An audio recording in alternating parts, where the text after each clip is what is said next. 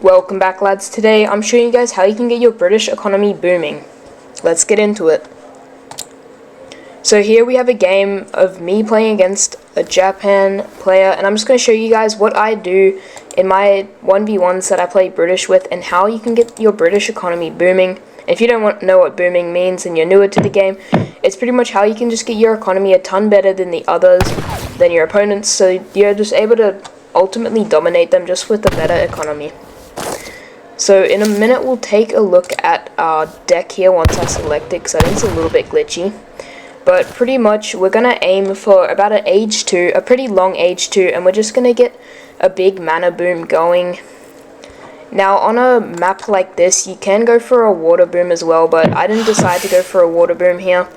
We just decided that we would go for the mana boom and then try to push off there. But pretty much the strategy is go for a mana boom, make sure that you have a little bit of defense, and I'll show you the deck in a second here and the kind of cards that we have in our deck. And you can also do the semi-fast fortress with this as well, but I think British are definitely one of the strongest age 2 civs, so may as well stay in age 2 for a good while, get your mana boom fully done. But at the moment, if we take a look at what we can see here, we're just doing a little bit of scouting out. I found this treasure here, which is pretty decent, so I was thinking I'd come back and claim that one later.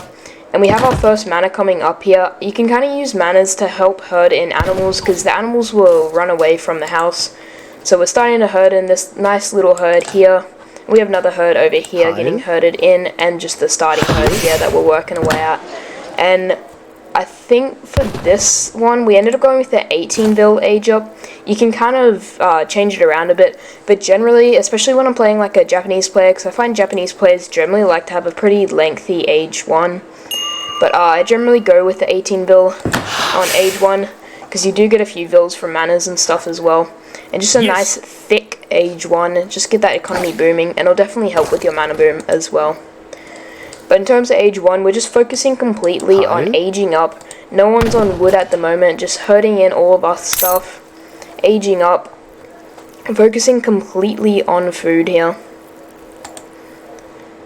And on this map, we found this trade route, which we'll end up using a little bit later in the game, because I think trade routes are very handy for the British player as well. And as we see here, I've just sent in my 3 villages, but this is the deck we have here. So we have the 3 villages, which is just kind of standard.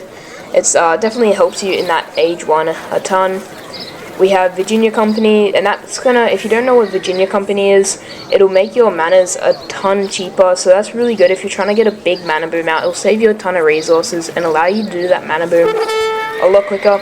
If you guys want, you can also, there's another card you can put in, which means your houses will get built really fast. So if you want to get a really fast mana boom in, you can do that as well, but I kind of skipped that card because I'd rather send in other shipments instead of that, so I put in Distributivism. And this one you can just kind of save till later. It'll just give you a small wood trickle rate.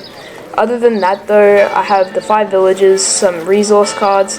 I have these 2 shipments for units. I kind of just find it helps. If you get rushed, you can just quickly pop one of those shipments in and it'll help you out. Just the training times. And pretty standard, just lots of resource decks. But for this video, we're not going to get into the late ages as much. We're just focusing on getting that economy booming in the early game.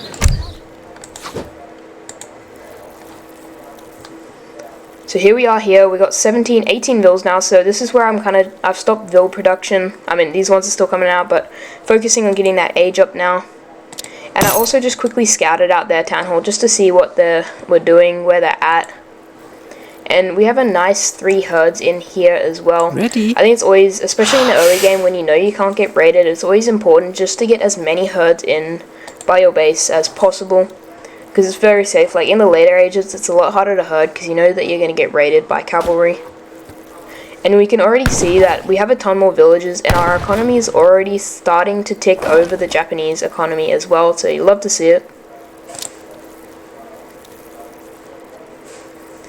And in terms of the age up, as we're just about to grab it, we go with the outpost and 200 gold. The 200 gold just helps you get a few shipments out in terms of it helps you get your market upgrades out, which is very important, especially when going for a nice economy boom like this.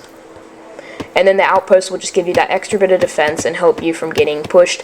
So right now we're focusing and putting majority of our villages over onto wood. I think I ended up going, yeah, about 10 villages on wood and 8 on food. The 8 villages on food are just to keep the food rolling in. And we go put the market up, and we're going to get as many market upgrades as we can here. And now we're kind of transitioning into getting that mana boom going. Although we're not going to make any more manas until we can get this shipment in here. Then we'll make our second mana and just as many as we can. And we're still scouting around with our explorer. I think I decided that I would take out this treasure because this map didn't really have many treasures, but I decided I'd take out that one. And as our next shipment here, we are sending in the Virginia Company. Right. And we're going to start to get all of our market upgrades here as well. We just focused for the meanwhile on because we're not actually farming any coin at the moment. But for the meanwhile, we got hunting dogs and gang saw coming in just to help the gather rates for food and wood.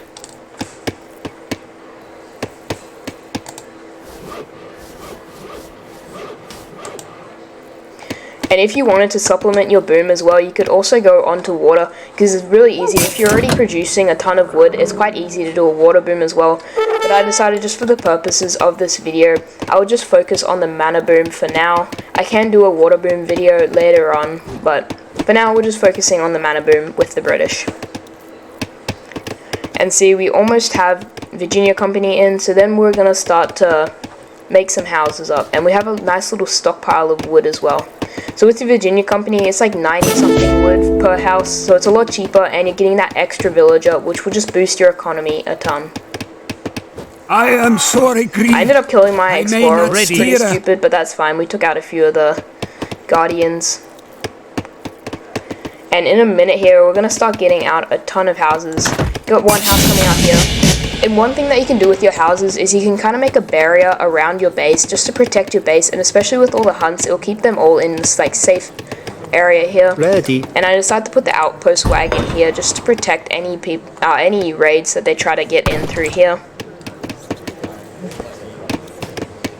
And we're starting to get the manas up. Now when you don't have the card that makes you build manas really quick, you probably want to get about 3 or 4 villages to start making the manas.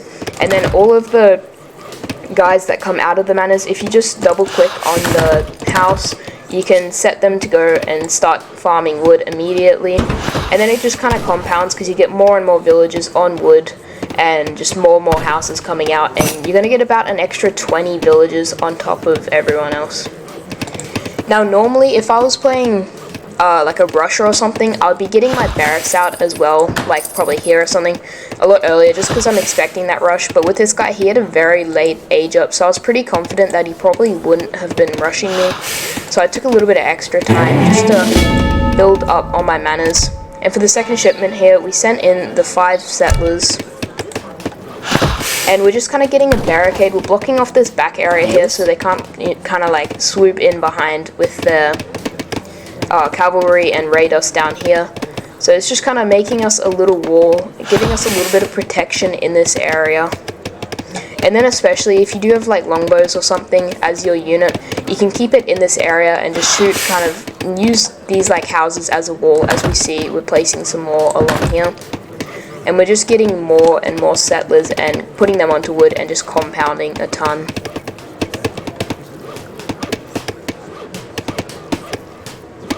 This outpost kind of gives us this nice little protection over these settlers here.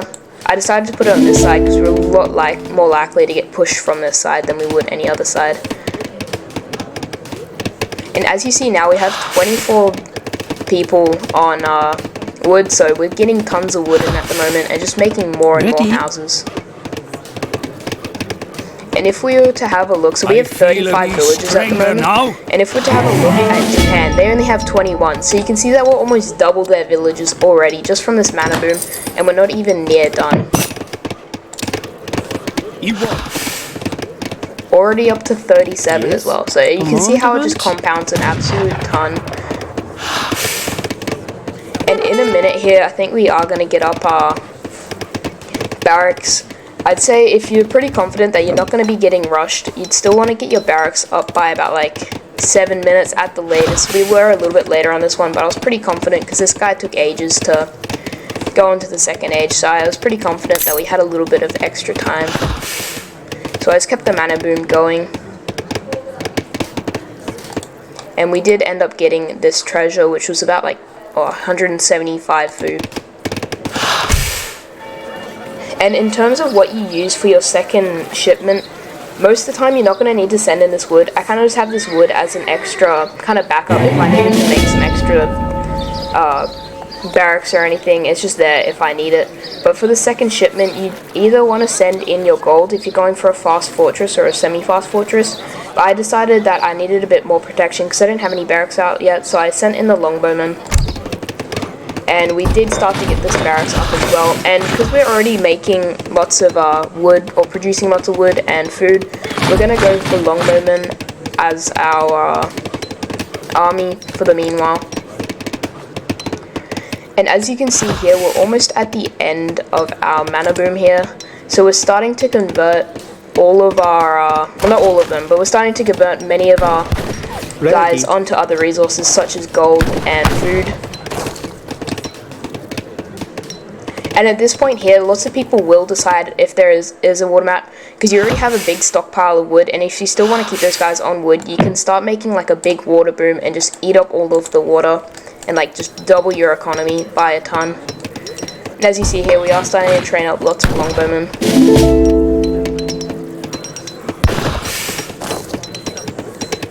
And if we have a look, we have 50 villagers at the moment.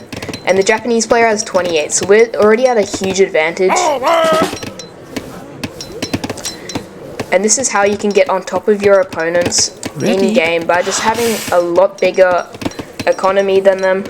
And then if you're able to back it up with a good army composition, then you should be pretty easily winning games. And I think that's why British is one of the best 1v1 civs out there by far.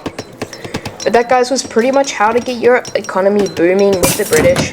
From here on in, it's just kind of like skirmishing and just fighting between this guy, so it's not that relevant to the video. So we're going to end the video here. But if you guys have any other videos that you want to see based on Age of Empires 3, comment them down below. Thank you guys for watching, and I'll see you guys in the next one.